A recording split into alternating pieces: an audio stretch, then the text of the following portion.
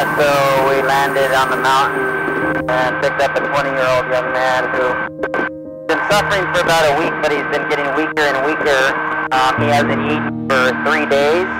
He's been vomiting a lot with headache and abdominal pain.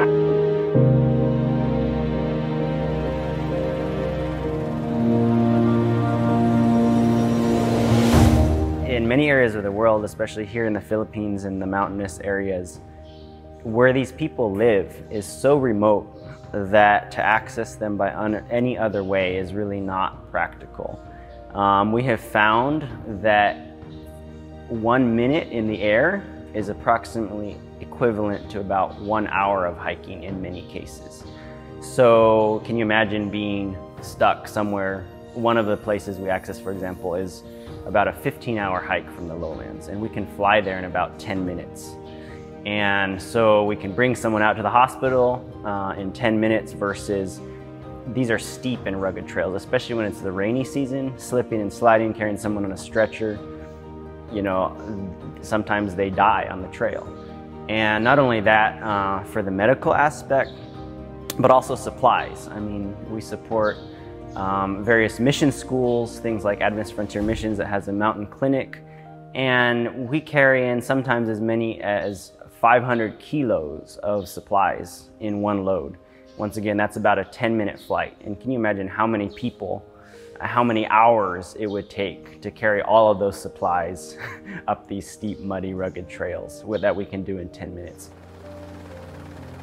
You know, when I fly over the jungle, it's amazing. You see little houses here and there scattered all throughout. And the area that we're reaching is so minuscule when you look at all the mountains around. It's really neat to be a part of a ministry that is able to pioneer new projects in areas of the world where missionaries and the gospel is not normally reaching into. Because there are very, very remote areas that people are living that have practically no contact with the outside world. So the ultimate dream with all of this work, of course, is not only to be a blessing for others, but to save them physically and spiritually. And the helicopter is just a means to that end. It's really, really been amazing to see new pioneering projects in remote and isolated areas. Of course, we have the medevacs all the time, and that's a blessing. That's something that we're here for.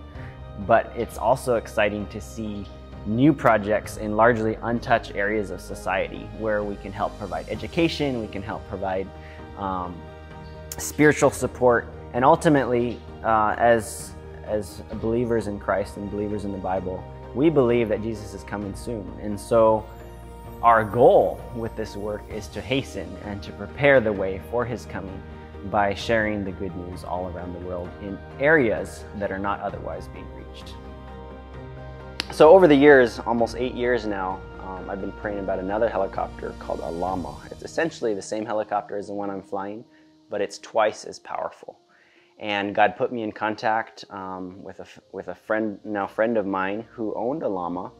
The end of last year, he sent me a random message completely out of the blue and said, "Hey Daniel, give me a call about my helicopter." By the grace of God, he decided to donate that helicopter. And man, what an incredible opportunity, because that helicopter will be able to make our trips more efficient. It'll make our work more useful because we can now carry more fuel, go further, stop less. And just as an example, recently I flew 50 bags of cement up to jungle schools back and forth. And I had to make so many trips back and forth, back and forth. It wasn't that I was limited in space, but I was limited in weight. And so this new helicopter, well, it's not new, it's 1985, but newer helicopter, will be able to shorten those trips, burn less fuel because we don't have to make as many trips, and carry more weight.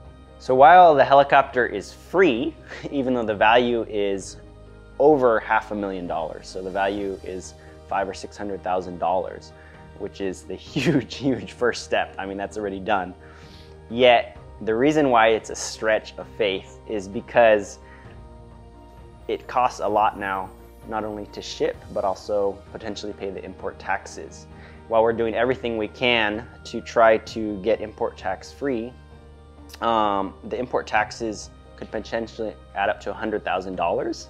And the shipping, the transportation, the packaging, buying some spare parts, getting everything ready to bring that helicopter here and put it into service.